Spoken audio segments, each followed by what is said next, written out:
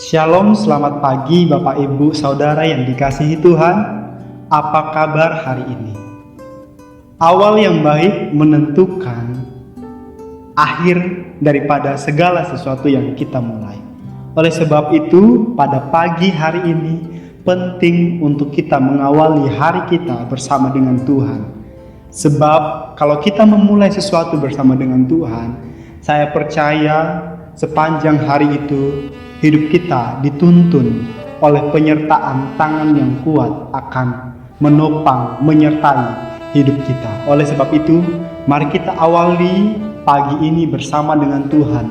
Lewat renungan mana surgawi, ini dapat membantu untuk kita bersekutu bersama dengan Dia. Allah yang rindu untuk kita hampiri di dalam setiap pagi kita. Morning with Jesus. Karena itu adalah hal yang penting untuk kita mulai pada hari ini. Tuhan rindu sekali lagi bersekutu untuk kita datang kepada-Nya. Pada pagi hari ini, dalam kesempatan ini saya akan menyampaikan firman Tuhan dengan sebuah tema hidup yang dibebaskan. Hidup yang dibebaskan, bebas merupakan kondisi yang tidak terbatas. Bebas merupakan artinya terlepas dari kewajiban. Bebas juga artinya terlepas dari perasaan takut. Bebas juga merupakan tidak dibatasi oleh apapun. Bebas juga artinya terlepas dari segala peraturan, mungkin tanggung jawab. Bebas tidak dijajah oleh kemiskinan, oleh negara lain misalnya yang pernah terjadi di negara Indonesia. Waktu Indonesia dijajah oleh negara luar untuk menguasai negara Indonesia ini, itu juga merupakan sebuah pembebasan. Bebas dari penjajahan. Bebas, kondisi bebas ini dirindukan oleh setiap orang.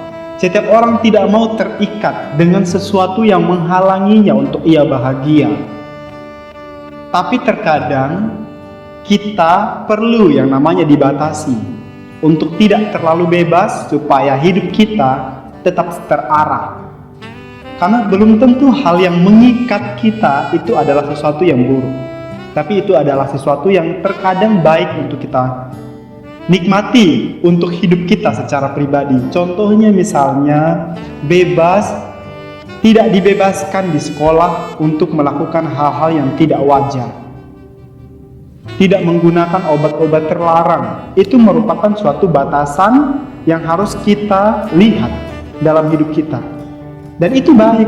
Terkadang hal-hal yang membatasi untuk ruang kita bergerak, ternyata terkadang itu baik. Tapi ada juga hal-hal yang membatasi untuk kita bergerak, terkadang itu juga adalah hal yang buruk. Beberapa hari yang lalu saya menyaksikan siaran televisi. Saya melihat di berita pelepasan 30.000 narapidana di Indonesia. Narapidana adalah mereka yang berada di dalam penjara, menikmati sel tahanan akibat dari perbuatan yang mereka lakukan. Itu adalah penjara. Orang yang tidak bebas merasa dirinya berada di dalam penjara. Ada hambatan yang membuat dia untuk tidak bisa bergerak kemana saja yang ia sukai. Itu merupakan suatu hal yang membuat dia tidak bebas. Pelepasan narapidana ini dilakukan untuk menyikapi penyebaran COVID-19 yang saat ini menjadi topik perbincangan hangat yang menerpa seluruh wilayah Indonesia. Bahkan seluruh dunia menghadapi masalah ini, dan tidak banyak diantaranya mengalami kesulitan. Makanya pelepasan narapidana ini dilakukan untuk menyiasati supaya tidak terjadinya penyebaran di sel-sel penjara dengan jumlah yang banyak orang di sana. Bapak Ibu Saudara yang dikasihi Tuhan, dalam hidup kita awalnya sebelum kita mengenal Tuhan, menerima dan mengambil keputusan meyakini bahwa Dia satu-satunya Tuhan dan Juru Selamat atas kehidupan saya, pada saat itu, dalam kondisi itu, kita sedang tidak bebas. Sebelum kita meyakini bahwa Tuhan adalah Juru Selamat dalam hidup kita di bawah kuasa dosa, kuasa belenggu yang mengikat kita, yang membuat kita menjadi budak daripada dosa itu, sehingga kita, ruang lingkup hidup kita tidak bebas. Saya akan menyampaikan firman Tuhan hari ini. Mari kita buka ayat Alkitab kita yang terdapat di dalam Kolose pasal yang pertama, ayat yang ke-13 sampai dengan ayat yang ke-14. Kolose pasal yang pertama, ayat yang ke-13 sampai dengan ayat yang ke-14. Saya akan bacakan buat kita semua. Ia telah melepaskan kita dari kuasa kegelapan dan memindahkan kita ke dalam kerajaan anaknya yang kekasih. Di dalam Dia kita memiliki penebusan kita, yaitu pengampunan dosa. Ayat yang barusan kita baca adalah hasil daripada tulisan yang diilhamkan oleh Roh Kudus kepada Paulus untuk ditulis dan diberikan kepada jemaat yang ada di Kolose. Ini untuk menuntun mereka bagaimana hidup sebagai anak-anak Tuhan. Ayat yang barusan kita baca juga merupakan suatu peralihan yang menerangkan karya penyelamatan Allah melalui Yesus Kristus. Ia telah melepaskan. Kata ini dipakai untuk menyatakan pembebasan. Melepaskan berarti kalau seseorang yang terikat itu perlu dilepaskan. Bebas, manusia itu memiliki dua kategori. Kalau beban yang ia pikul berat, melebihi daripada kekuatannya, maka ia tidak mampu untuk membebaskan dirinya keluar daripada zona yang membuat dia terhalang untuk tidak bebas daripada hidupnya. Yang kedua, kalau misalnya beban yang ia pikul lebih ringan atau tidak melebihi kekuatannya, kapasitas kekuatannya lebih power, lebih kuat daripada beban yang saat ini menimpanya, maka ia mampu keluar daripada zona yang membuat ia tidak bebas dari ruang lingkupnya. Pembebasan yang terjadi yang di ayat ini adalah pembebasan yang dilakukan di mana posisi kita sebagai manusia tidak berdaya. Tuhan Yesus mati di atas kayu salib, di situ menyatakan bahwa kita tidak mampu membebaskan diri kita dari belenggu dosa yang mengikat kita. Kita berada di bawah kekuasaan dosa yang cenderungnya jatuh di dalam dosa. Kalau tidak ada pembebasan, maka kita akan menerima mahkota maut untuk menjadi bagian dalam hidup kita, dan itu tentunya tidak mengenakan. Makanya di sini Tuhan ambil alih semuanya. Ia rela mati di atas kayu salib, darahnya yang tercurah, nyawanya yang Ia berikan kepada kita itu sebagai bukti bahwa Ia mengasihi kita. Begitu berharganya Bapak, Ibu, dan saya di mata Tuhan. Tidak berhenti dari situ saja. Ketika Ia mati di atas kayu salib, Ia bangkit, Ia membuktikan bahwa Ia hidup. Kuasa maut tidak berkuasa atasnya. Yang berarti Ia mampu mengatasi kuasa maut yang mengikat kita sehingga kita dapat dibebaskan. Kenapa? Karena kuasa Tuhan lebih besar daripada kuasa dunia, kuasa maut yang mengikat setiap manusia.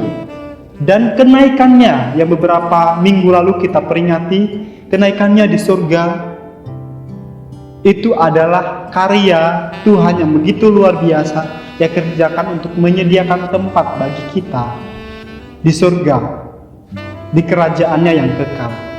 Pembebasan yang dilakukan oleh Tuhan Yesus itu, kenapa Ia lakukan? Karena kita manusia tidak berdaya, tidak mampu melepaskan diri dari belenggu yang kita hadapi.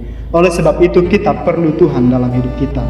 Pembebasan yang Ia lakukan juga menyingkirkan kuasa kegelapan. Kuasa kegelapan itu apa? Kuasa setan, roh jahat yang mengikat kita. Kuasa maut, sekali lagi yang saya sampaikan, yang mengikat kita itu dibebaskan oleh Tuhan.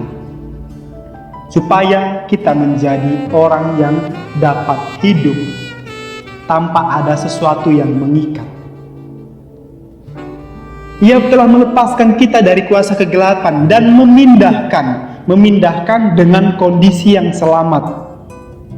Tidak ada beban dalam diri kita, khususnya maut dosa yang mengikat kita, dan membawa kita ke dalam kerajaan anaknya. Kerajaan anaknya ini di sini adalah posisi kerajaan, yaitu Tuhan sebagai raja di atas segala raja yang memerintah setiap anaknya. Kita adalah anak-anak Allah. Di sini merupakan bahwa dari kita dibawa ke dalam kerajaan anaknya, berarti di situ ada keterikatan antara kita dengan Tuhan. Kita sebagai anak-anaknya dan Tuhan sebagai raja kita.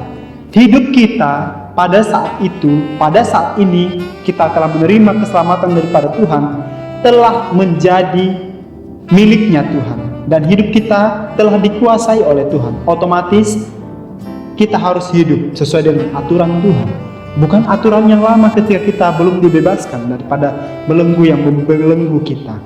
Tapi ketika kita telah bebaskan, dari situlah kita harus mulai hidup, menghidupi apa yang Tuhan mau untuk kita lakukan dalam hidup kita.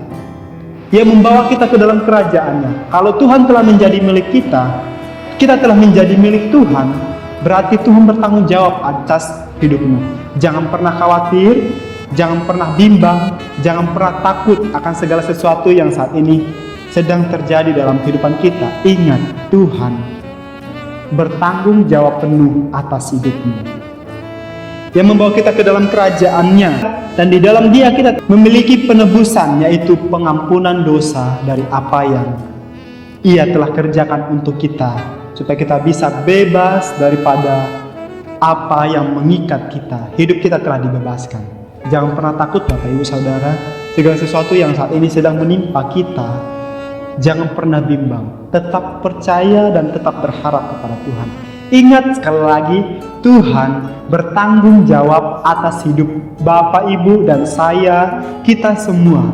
Oleh sebab itu jangan pernah khawatir, jangan pernah bimbang, sebab Tuhan adalah Allah yang bertanggung jawab atas hidup kita. Hidup kita telah dibebaskan dari setiap belenggu dosa. Hidup kita telah dibebaskan dari maut. Hidup kita telah dibebaskan dari segala sesuatu yang terjadi di dalam dunia ini. Ingat, Tuhan bersama dengan kita. Ini renungan firman Tuhan yang dapat saya bawakan pagi ini.